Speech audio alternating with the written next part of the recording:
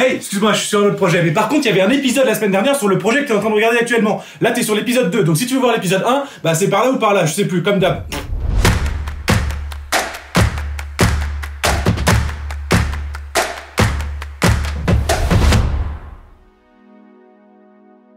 Dernier épisode du Pass-Trap, on va finir tout ça comme il se doit. Par rapport à la semaine dernière, il nous reste à finir la nouvelle trappe, les palets et le système d'éjection à terminer. On commence par poncer les 2 morceaux qu'on a dû rajouter à la trappe.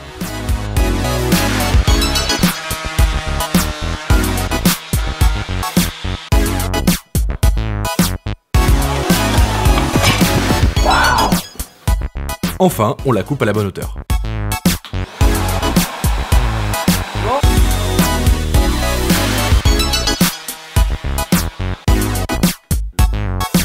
La taille des trous correspond au diamètre d'un palet plus de millimètres. Ça nous laissera une marge pour que le palais se coince pas lors du passage. Donc, on repart sur une expérience de jeu améliorée, avec un côté où on a le pass-trap traditionnel, et de l'autre côté, la version master, avec les 2 trappes de chaque côté pour plus d'expérience de jeu. Une expérience de jeu ultime et améliorée en soi. Ah oui, amélioré par qui? Eh bah par Jim. Il travaille sur ce système depuis, je sais pas, au moins 10 ans, il nous a dit. Il nous a montré les plans, c'est un truc de dingue. Il est bi-champion du monde du Guatemala en catégorie poids coq. Ah, il y a toutes les informations disponibles sur jimpastrap.fr.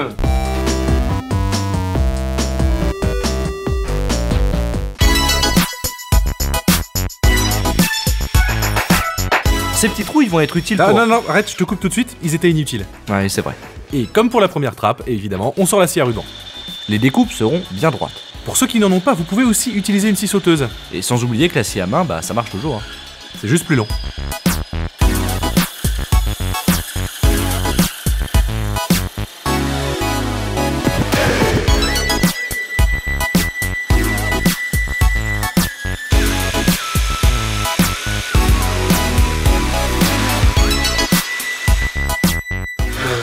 Ça sent bon. J'ai carbonisé le shell, il est hyper solide, il y a un nœud là, non?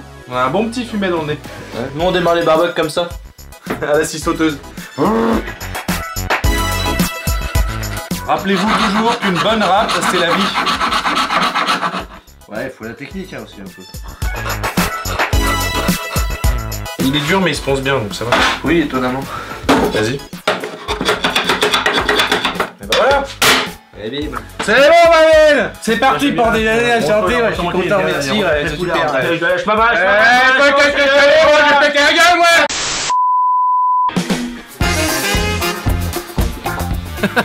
Bon, trêve de plaisanterie. On va essayer d'affleurer le bord des trappes. Comme on a toujours l'ancienne trappe, on va voir ce que ça donne avant. Ah, c'est pas dégueu hein. Là c'est plus discret par contre, mais est-ce que ça fait pas un peu kitsch? Ça c'est l'arrondi, ok. Et ça c'est le plat.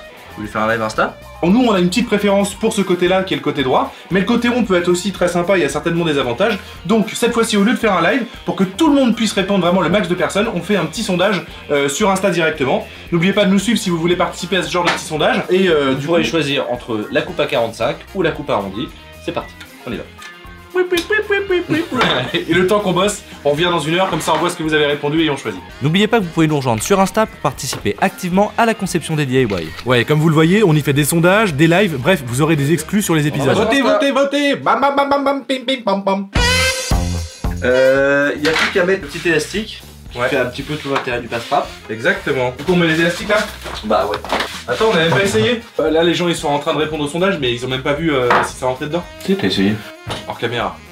Bah oui, et alors? C'est pas on essaye des choses hors caméra, moi je vous cache pas la vérité. On n'a pas essayé devant les gens. Nous on est sincères, tout ce qu'on fait c'est vrai hein, quand on fait les intros qui durent 15 minutes parce qu'on veut pas commencer, c'est des vraies intros hein. Oui mais les gens, que les gens n'ont pas pensent qu'on fake et qu'on fait de la télé-réalité, mais très rarement on fait 2 fois la prise juste pour qu'elle soit pas bafouillée. vu. Ah, il y avait beaucoup de poids. Oh, c'est waouh, Waouh. c'est hyper fit. Je ne m'y attendais pas. Attention. Je l'ai mis de travers. C'est pour ça que c'est moi qui le mets. Voilà. Oh. Voilà, ça y est. Oh, c'est hyper fit. Voilà. Waouh. Super. Je m'y attendais pas. Bravo. Jean-Louis, Jean-Pascal, Marcel, Grégoire, Philippe, Robert, Jean-Claude, Gérard, Marcel, Claude. Oh, j'ai perdu. On a une vie de merde. Vous savez pas à quel point on a une vie de merde. Ce qui est très marrant de se dire, c'est que au mètre, ça coûte plus cher qu'un tendeur tout prêt. Tu ne seras jamais assez rapide et puissant. Mais t'es ouf mon gars, tu t'en commences, tu prétends. C'est ce que ça s'appelle la prétendaison. Regardez ça, hein. Regardez un peu cette vélocité, hein. Waouh. Incroyable, hein. Alors là, c'est là qu'on a besoin de notre expert international pour nous aider à placer l'élastique. Donc on arrête la vidéo, et plus personne ne filme, et c'est lui qui vient nous expliquer. Comme ça. Vas-y, ouais. Là du coup, ouais. On met pas si haut quand même. Ah si, c'est à cette hauteur. Ah ouais, la hauteur du palais, le palais il est épais comme ça. Le but c'est de casser la planche en fait. C'est ça, ouais. Là, ouais, ça fait ça quoi. Ouais, et ben c'est parfait. Je pense que c'est parfait. Ok, Un peu plus tendu, hein, enfin il faut le tendre un max. Ok, bon, on va essayer ça. Ok. Bon bah tu me dis quand on switch, on va faire un switch iPhone, caméra. 3, 2, 1. Bon, bah après décision, après délibération avec Jim, l'élastique doit se placer à 9 cm du bord. Et la hauteur, on va la définir par rapport à la moitié de la hauteur d'un palais. Et la tendaison du tendeur, on la définira. Bla bla bla bla bla. On met à 9 Placé. cm, on visse et ça marche et on s'amuse. Oui, bah parfois j'ai du mal. Oh là là là là là là. On peut pas tout le temps comme ça, pap pap pap pap. On peut pas enchaîner, bam, iPhone, Blackmagic, Jim, boum boum, bam. Pour avoir le détail des cotes, n'hésitez pas à aller voir notre site internet. Lesfrèrespoulains.fr, le lien est dans la description. Oh, comment t'as grave plus défoncé le bois que moi.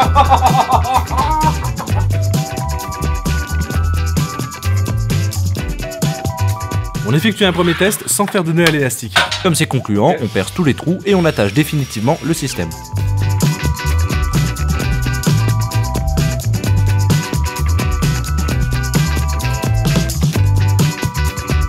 Alors, les résultats du sondage. Ouais, 10% pour le droit et 90% pour l'angle arrondi. Donc vous avez fait le mauvais choix et on fera... J'arrête avec le mauvais choix puisque en fait, si vous avez choisi arrondi, nous on savait pas du tout quoi choisir, donc on part sur un angle arrondi. Voilà, vous avez décidé.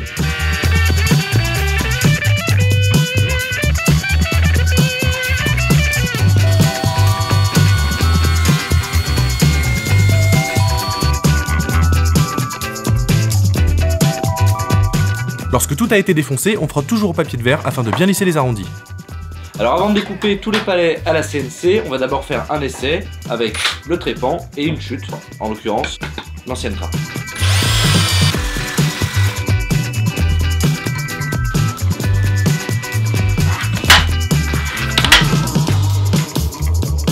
Bon, bah les premiers essais du palais coupé au trépan sont plutôt concluants. Toutefois, on va se permettre de retirer un petit millimètre afin que l'élastique soit bien centré au niveau du galet. Puisque là, actuellement, quand on tire vraiment très fort, il a tendance à se soulever comme ça. Et évidemment, il passe pas dans la trappe. Et du coup, ça gâche un peu le plaisir de jeu. Puisque du coup, le palais, il part dans tous les sens.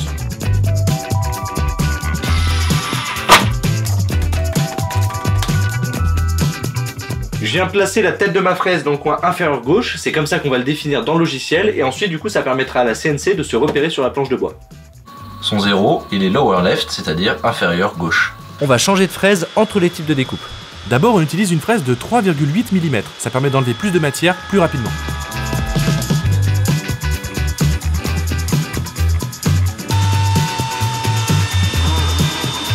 Sans doute à cause d'un mauvais calibrage, le résultat n'est pas très propre. Je passe donc un coup de ponceuse.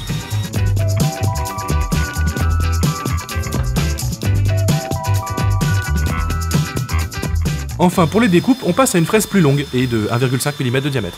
Bon bah là, typiquement ce qui s'est passé, c'est que comme le plateau de la CNC est pas très droit, bah forcément il y a une découpe qui s'est bien faite et les autres on peut remarquer, elles sont pas totalement terminées et ensuite elles sont pas du tout terminées. On va passer ça à la scie, ça prendra 5 minutes et on aura des beaux palets.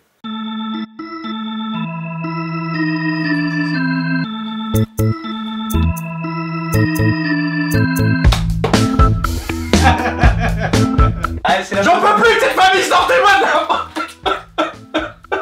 J'étais pas prêt. Vie de merde, il est 1h du mat.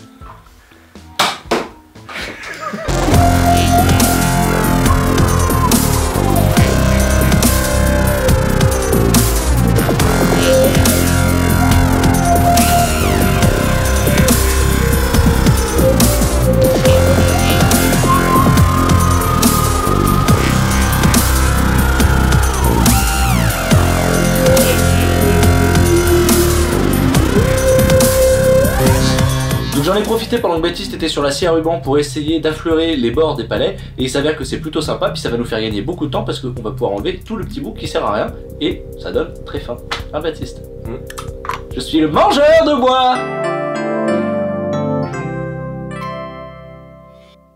prend tous les autres, on prend la fleureuse, on la pose sur le cul, on la débarre, Et ça fait une belle table à défoncer. faites super gaffe, je crois vraiment pas que c'est la meilleure technique et on peut faire que comme ça.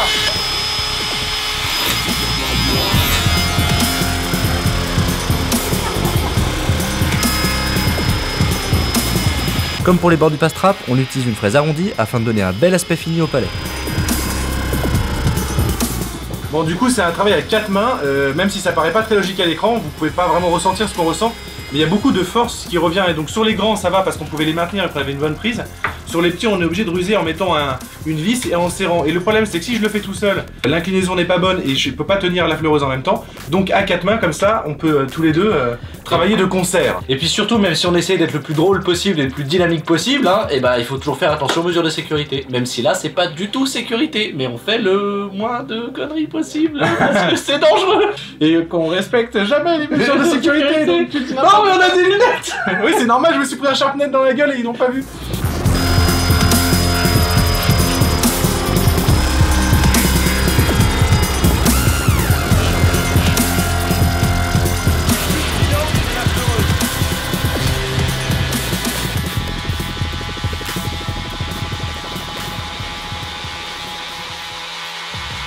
Retrouvez toutes les règles du pastrap original Sur gympastrap.fr. Mais ce pastrap là, il est un petit peu spécial et on va vous expliquer pourquoi. Vous l'avez compris, il y a une double trappe, ce qui veut dire que vous pouvez la retourner directement et passer au niveau super difficile. Vous disposez de 5 palets, 2 grands et 3 petits. Et il y a un grand qui est un petit peu particulier puisqu'il a un smiley. Chacun des deux joueurs possède un seul smiley. Mais la règle du jeu et le mode un peu compliqué, c'est que si un des deux joueurs se retrouve avec les 2 smileys de son côté uniquement sans rien, il a directement perdu. Alors qu'il était sur le point de gagner, c'est-à-dire qu'il lui en restait qu'un et bam, il a les 2 Si smileys. tu lui il a fais perdu. manger son smiley et qu'il en a un dans son truc, bam, tout retournement de jeu, bam bam bam, il a perdu. Après il nous reste évidemment les 3 petits jetons et ceux-là ils vont nous servir à débloquer certaines situations, notamment quand vous avez un palais qui sont juste là, vous jetez le petit palais par-dessus et ça vous permet d'avoir un petit peu d'inertie pour pouvoir balancer le palais chez le voisin. Et donc avec toutes ces règles, il est temps de lancer un petit jeu. On avait une chose à vous dire qui nous tenait plutôt à cœur. Oui, on est membre du jury du jeu concours The Amazing Making of. Un jeu concours? Oui, un jeu concours. C'est organisé par Mano Mano et vous pouvez soumettre votre projet le plus fou. Oui, les projets les plus fous qui seront sélectionnés et nous en tant que membres du jury avec d'autres personnes, on pourra recevoir tout ça. Vous avez jusqu'à fin juin. Et pour avoir plus d'infos sur tout ça, c'est juste en bas là, c'est écrit et aussi dans la description de la vidéo, theamazingmakingof.fr. Alors qu'est-ce que c'est qu'un projet fou? Ça peut être une tiny house, un jacuzzi, une voiture électrique à panneaux solaires. Enfin bon, vous soumettez, vous allez sur le site internet, c'est ouvert à tous. Et ensuite, d'ici fin juin, les jurés, c'est-à-dire nous et d'autres membres, on sélectionnera le meilleur projet. Grâce à ça, si vous êtes gagnant et si vous remportez le concours, 5000 € d'outillage sont offerts par Mano Mano pour vous aider dans la réalisation de ce projet complètement dingue. On a vu quelques pilotes qui nous ont montré, c'est vraiment très sympa et vraiment bon enfant, donc on soutient beaucoup le projet. Donc quelles que soient vos idées, n'hésitez pas à participer au concours, c'est ouvert à tous. Surtout soyez créatifs, étonnez-nous, envoyez-nous tout ce que vous voulez, on sera prêt à tout recevoir. Nous de toute façon on a un mois pour tout sélectionner jusqu'à fin juin. N'oubliez pas d'être tous bienveillants les uns envers les autres. On vous embrasse très très fort. Ciao.